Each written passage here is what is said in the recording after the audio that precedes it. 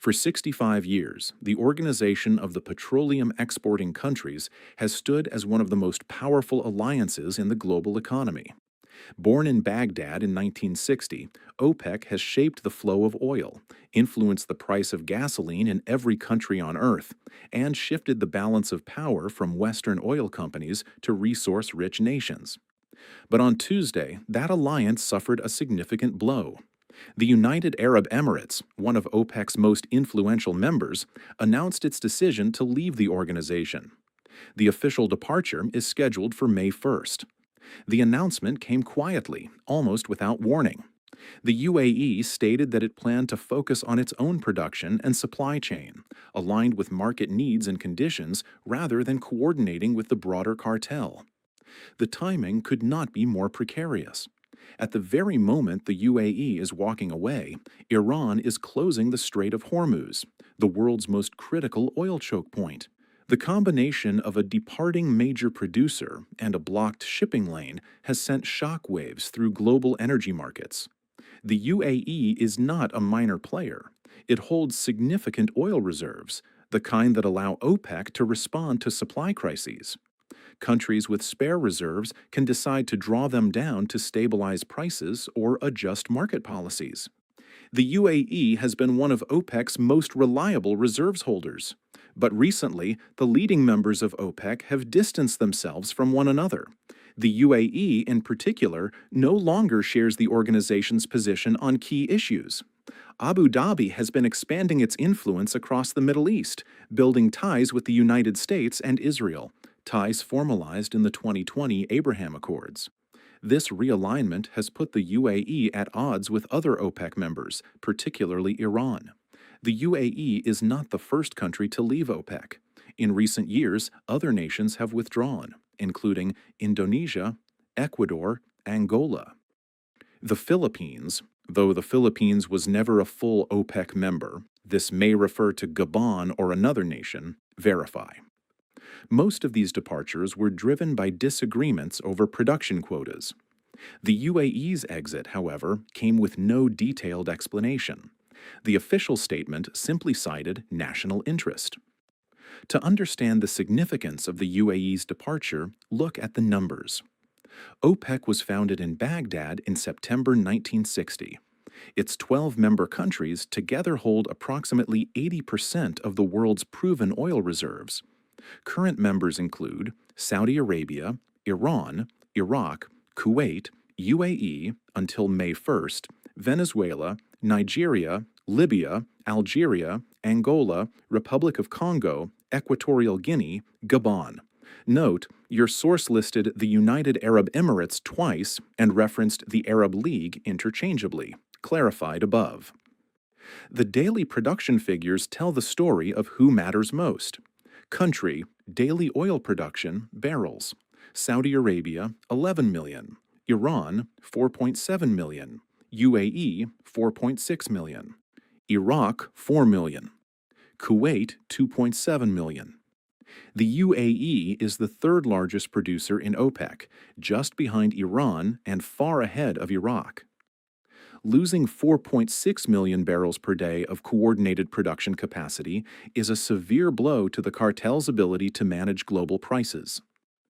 OPEC's headquarters are in Vienna, Austria, not Hanoi, Vietnam, as your source suggested. That appears to be a transcription error. The organization's purpose has always been clear: control oil prices by regulating production levels. The goal is to keep prices high enough that member governments can balance their budgets and benefit from their natural resources, but not so high that they cause economic crises in consuming countries or destroy demand, a phenomenon known as demand destruction. This balancing act has sometimes drawn fierce opposition from leaders in the United States, where oil prices are highly political. President Donald Trump once accused OPEC of defrauding the world. His predecessor, Joe Biden, also pushed the organization to increase production during times of high prices. OPEC's stated mission is to coordinate and unify petroleum policies among member countries, ensuring Fair and stable prices for oil producers, efficient and equitable distribution of oil to consuming countries, a fair return on capital for investors in the industry. The creation of OPEC represented a historic shift. Before OPEC, Western companies, the Seven Sisters, dominated the global oil market. After OPEC, wealthy producing countries gained greater control over their resources and profits. Part 5. OPEC's Greatest Hits and Misses.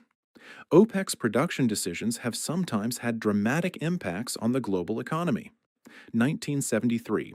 OPEC members imposed an oil embargo on the United States and other countries that supported Israel during the Yom Kippur War. Oil prices quadrupled. Long lines formed at gas stations across America. The embargo triggered a global recession. 1979. The Iranian Revolution caused another oil shock, with prices more than doubling. 2016.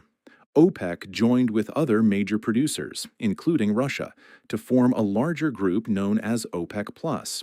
This alliance gave the cartel even more power over global supply. Today, OPEC+ includes Russia, Kazakhstan, Azerbaijan, Mexico, and others. But the withdrawal of the UAE, one of the few members with the ability to quickly increase production, could weaken the entire mechanism. Lyon, head of geopolitical analysis at Energy Intelligence, name and title clarified, warned that the UAE's exit could have significant consequences. OPEC is already structurally weaker than it was a decade ago, Lyon said. The organization has fewer spare reserves to pool together. When you lose a member like the UAE, one of the most compliant and capable producers, it becomes much harder to maintain stable prices during supply shortages. The impact, Lyon predicted, will be a more fragmented supply outlook and greater market volatility. OPEC's ability to act as a swing producer, ramping production up or down to stabilize prices, will be diminished. Mill Bronswick, head of energy research at MS Financial, name and title clarified, offered a more immediate assessment. For the oil industry right now, only one thing matters: whether the Strait of Hormuz is open or closed. Currently, it is basically closed. That makes supply conditions more difficult every day. We will likely see oil prices continue to rise day by day. Bronswick called the UAE's departure the beginning of the end of the alliance. OPEC stands to lose about 15% of its spare capacity, he noted, and the UAE was one of the most compliant members in the past. The UAE's decision comes at a moment when the World Bank has issued one of its most dire warnings in years. The war in the Middle East, specifically the conflict involving Iran, the closure of the Strait of Hormuz, and the broader regional instability, has caused the worst oil supply disruption in modern history. According to World Bank chief economist M.K. Keel, name and title clarified, energy prices are expected to average about a quarter higher this year than last. Shipping through the Gulf of Oman could take 5 months to return to pre-war levels. The poorest nations will be hit hardest. The poor spend the majority of their income on food and agriculture, Keel said. When energy prices rise, food prices follow. The most vulnerable people in the world will bear the heaviest burden. David O'Shea, chief economist for commodities at the World Bank, name and title clarified, added that the UAE's exit could lead to lower oil prices in the long term, but with far greater volatility for decades to come. The direct impact of one country leaving is relatively small, O'Shea said, but the signal it sends is enormous. If other members, particularly Russia or Saudi Arabia, decide to increase their own production independently, the impact could be catastrophic for the cartel's cohesion. Dr. Kukli, chief executive of Crystal Energy, name and title clarified, said the UAE's decision to withdraw was long overdue. The UAE has wanted to increase its production capacity for years, Kukli explained, but it has often felt constrained by the group's quotas. The unequal power dynamics within OPEC, particularly the outsized influence of certain members, made it necessary for Abu Dhabi to leave. Kukli specifically pointed to Iran's actions within OPEC as a factor that strengthened the UAE's resolve to exit. The rivalry between the UAE and Iran, playing out across the Strait of Hormuz, Yemen, and the broader region, has made cooperation within OPEC increasingly untenable. A professor from the University of Warwick, name not provided in source, offered a more technical explanation. Oil-producing countries have what is known as a break-even price, the price per barrel they need to balance their national budgets. The UAE has set a relatively low break-even price. This means it can profit even when oil prices are moderate. Other OPEC members, particularly those with higher production costs or larger social spending commitments, need much higher prices to survive. The UAE wants to sell more oil, the professor said. It is less worried about keeping prices extremely high because its break-even is lower. But other members want to restrict supply to keep prices high. This fundamental disagreement has been building for years. Mr. Vunek, name and title clarified, stressed that the UAE's exit will force Saudi Arabia and other remaining members to struggle to maintain their position. There will be a lot of work to be done internally, Vunek said.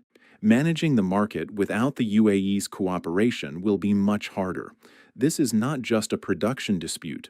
This is a reorganization of the geopolitical basis of the Middle East oil market. Regardless of the UAE's departure, the immediate crisis remains the Strait of Hormuz. Currently, the strait is effectively closed. Iranian forces, U.S. warships, and the fog of war have made passage nearly impossible. Every day the strait remains closed, supply conditions worsen. Every day, oil prices inch higher. The combination of a closed strait and a fractured OPEC could create a perfect storm. Short-term, rising oil prices, shortages in importing countries, and economic pain for consumers worldwide. Medium-term, increased volatility as individual producers pursue their own interests rather than coordinated action. Long-term, a fundamental reshaping of the global oil market, with less centralized control and more unpredictable price swings. The immediate winners are non-OPEC oil producers. The United States, Canada, Brazil, and Norway, none of whom are bound by OPEC quotas, can increase production to capture market share as OPEC's cohesion weakens. The immediate losers are oil-importing developing nations, which will face higher energy costs and slower economic growth. The potential wildcard is Saudi Arabia. If Riyadh decides to follow the UAE's lead, or if it decides to engage in a price war to punish the UAE for leaving, the oil market could see a repeat of the 2014 to 2016 crash, when prices fell from over 100 per barrel to under 30. The UAE's departure from OPEC is not just a policy change, it is a symbol. For 65 years, OPEC represented the unity of oil-producing nations against the consuming West. It was imperfect, often fractious, and frequently manipulated, but it was a symbol of collective power. That symbol is now cracked. The UAE has chosen its own national interest over the cartel's cohesion. Other members may follow, and if enough do, OPEC could become what its critics have long predicted, a relic of a bygone era, unable to control the price of the commodity that still powers the world. The only certainty is uncertainty. The only constant is volatility.